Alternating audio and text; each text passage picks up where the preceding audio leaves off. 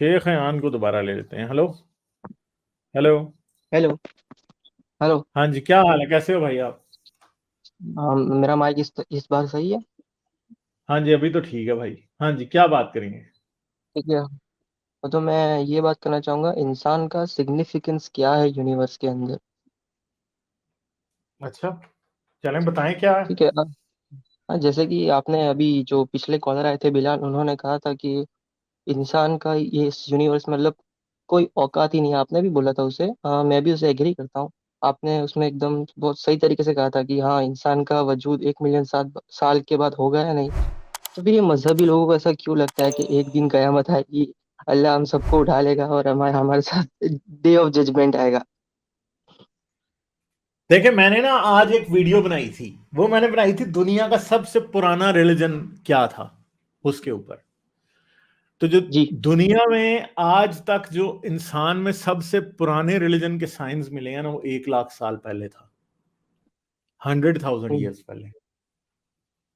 और ये बात याद रखें कि 100,000 ईयर्स में ना, हमारी पूरी ह्यूमन हिस्ट्री, जो कि सिर्फ और सिर्फ तकरीबन कोई पिछले 5,000 साल की है, जो लिखी हुई है हमने, या जिसके बारे में हम सर्टेनिटी से कोई बात कह सकते हैं। जैसे हम इंडस वैली सिविलाइजेशन की बात करें, आप, हमें यह पता है कि जी। वो एग्जिस्ट करती थी, हमें यह नहीं पता कि वो क्या करते थे, उनके क्या नजरियात थे, उनका मजहब क्या था, कुछ भी नहीं पता हमें।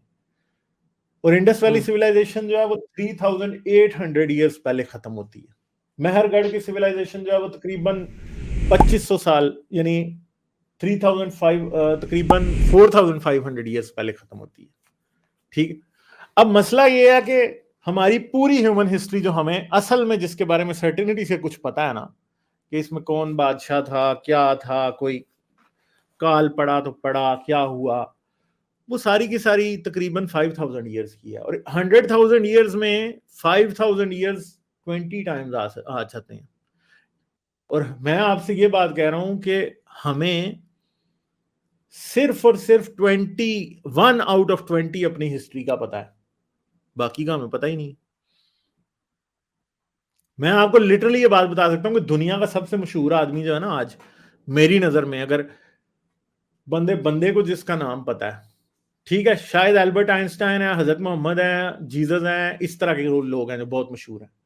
मगर मैं आपको लिटरली ये बात बता सकता हूं कि अगर आज ह्यूमन सिविलाइजेशन को कोई रिवर्स गियर लग जाए ना, जो कि लग भी सकता है, कि न्यूक्लियर अपोकलिप्स आ जाए, उसके बाद इंसान को दोबारा स्टोन एज से शुरू करना पड़ रहा हो, तो लिटरली ये लोग दुनिया को विद इन 200 ईयर्स ये सब लोग भूल जाएंगे। जो दुनिया के सबसे मशहूर लोग थे ना, वो भूल जाएंगे लोगों को। ठीक है। किसी को याद भी नहीं होगा कि जी हमने स्पेस स्टेशन भी छोड़ा हुआ है स्पेस में, किसी को हाँ, पता भी फिर नहीं 200 होगा। साल बाद एक नया नबी आएगा। हाँ, तो मतलब बात सिंपल सी ये है कि ये सब का सब, यानी और मैं 1 मिलियन ईयर्स की बात करें तो 1 मिलियन ईयर्स में तो भाई हमें 1 आउट ऑफ 200 अपनी हिस्ट्री पता होगी सिर्फ, हाँ, अगर हम वैसे पीछे गालिब आपको 1 मिलियन। हेलो, वैसे गालिब आपको पता है कि होमो इरेक्टस तकरीबन 1 मिलियन ईयर से ज्यादा धरती पर एग्जिस्टेंस रख के गए हैं। 1.5 मिलियन ईयर्स, और हमें उसका पता ही नहीं है। हम्म।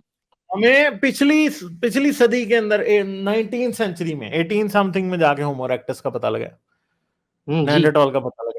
किसी को पता ही नहीं था कि ये भी एग्जिस्ट करते थे जमीन पे, हमारे जैसे थे, हमारी तरह सोचते थे, हमारे जैसा खाते थे, इतने अक्लमंद थे हमारे जितने, मगर कोई नहीं को पता ही नहीं है। आई और थिंक आज जब आई मैं, थिंक नियांडरथाल्स आई थिंक नियांडरथाल्स अगर अभी जिंदा होते तो वो हमसे टेक्नोलॉजिकली एडवांस होते हैं शायद।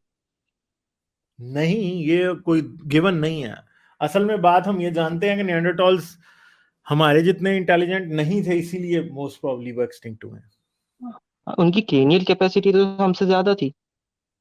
मगर मसला ये है कि क्रेनियल कैपेसिटी पे डिपेंड नहीं करता ना कि वो कितने इंटेलिजेंट थे और हम कितने इंटेलिजेंट हैं। दूसरी बात है कि हाँ, तो कौन सा? वो लॉन्ग डिस्टेंस रनिंग वाले नहीं थे, ये भी बात याद रखिएगा। वो लॉन्ग माइग्रेशंस करने वाले नहीं थे, वो ज्यादा लोकलाइज हाँ। थे। हाँ, वो सिर्फ इंसान जो यूरोप है में ना ही वो थे लॉन्ग। नेटिव। दूसरी बात है कि हम ये भी जानते हैं कि उनके जो ग्रुप्स थे ना वो छोटे थे। छोटा ग्रुप होने का मतलब ही ये है कि आप कम इंटेलिजेंट है। जी हाँ, ये भी सही है, हम ये कॉपरेशन देख की, रहे हाँ, हैं कि कॉपरेशन भी बताता जितने है। जितने भी एनिमल्स है ना, सोशल एनिमल्स, उनमें जो सबसे ज्यादा इंटेलिजेंट है ना, उनके ग्रुप्स उतने बड़े होते हैं। यानी चिंपैंजी सबसे ज्यादा इंटेलिजेंट है ना, तो गोरिल्ला का जो ग्रुप होता है ना वो तकरीबन 20-25 का होता है, चिंपैंजी का तकरीबन 80-90 का होता है, आई थिंक, मुझे अगर गलत नहीं है तो।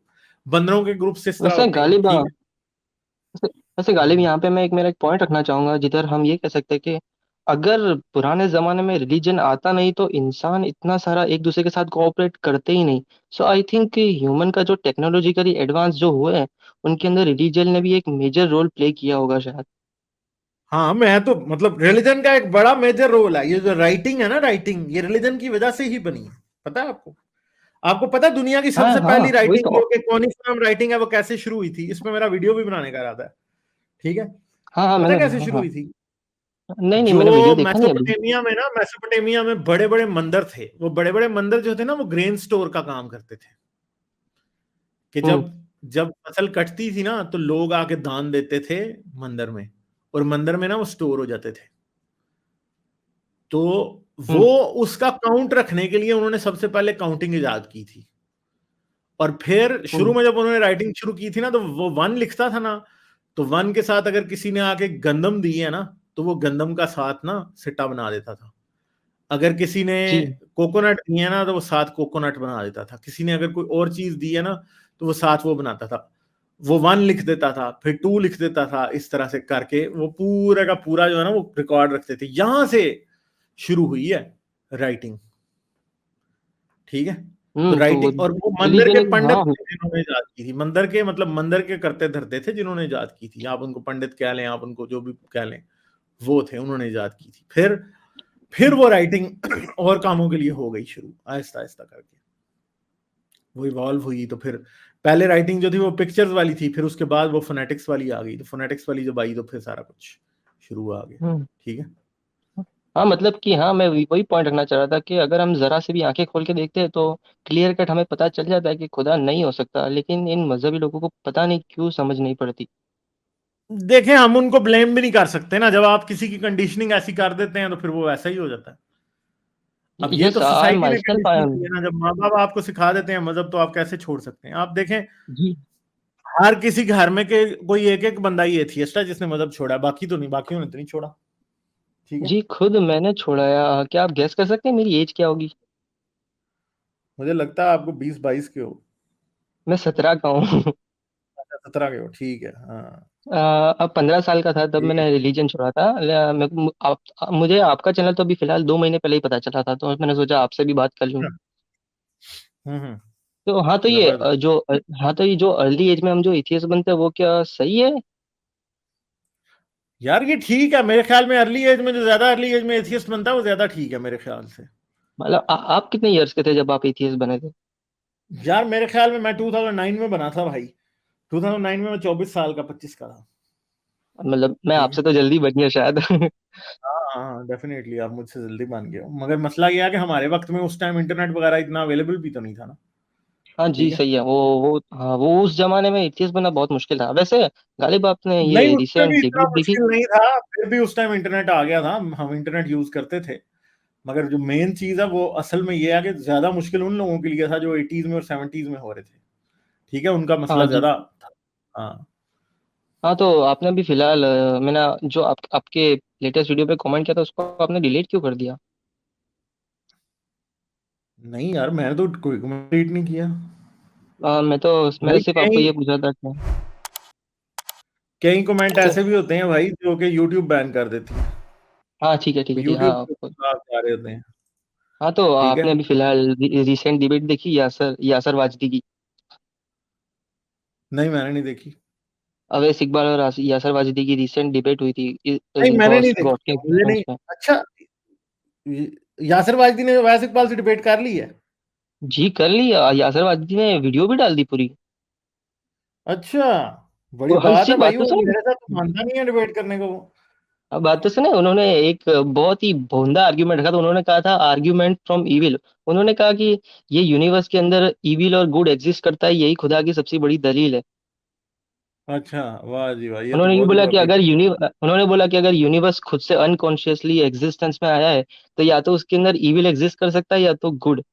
लेकिन अगर क्योंकि इस यूनिवर्स में इविल और गुड दोनों एग्जिस्ट करते हैं, इसलिए खुदा है। मगर ये भी बेवकूफाना आर्ग्यूमेंट है ना। बहुत मजा आया ये गालिब, कोई आपको देखना चाहिए, बहुत फनी डिबेट थी, मुझे बहुत हंसी आई। चले, मैं देखूंगा। ठीक है, ठीक है, हाँ। बस ठीक तो है, सही है। मैं तो आपसे सिर्फ मन हल्का करने के लिए बात करता हूँ कि चलो कोई तो है हमारे जैसा यहाँ, मेरे घर में तो कोई नहीं है ऐसा आपके जैसा। हाँ, ये तो है भाई, मेरे घर हाँ में तो भी कोई नहीं था भाई। तो क्या हो गया, सबके साथ अब ये होता है। क्या मतलब, हाँ एथियस्ट होने के बाद थोड़ा लोनली तो फील करते हैं गालिब, आपको क्या लगता है, सही है ना? हाँ, बिल्कुल करते हैं, क्यों नहीं करते, हम नहीं करते। बिल्कुल, हाँ बिल्कुल आइसोलेटेड फील करते हैं। हाँ, ये तो है। चलें, ठीक है हाँ फिर, तो सही है। हाँ ठीक है फिर, मैं फिर बाद में आऊंगा आपके साथ बात करने रोज। चलें, आप ठीक है, किसी और ओके, कॉलर बाय को ले बाय। लें, ठीक है, ठीक है, बाय। बहुत अच्छा लगा। लाइक, शेयर और सब्सक्राइब करना मत भूलें। इसके साथ साथ आप मेरे चैनल को पेट्रियन पर सपोर्ट कर सकते हैं। पेट्रियन का लिंक वीडियो की डिस्क्रिप्शन में है।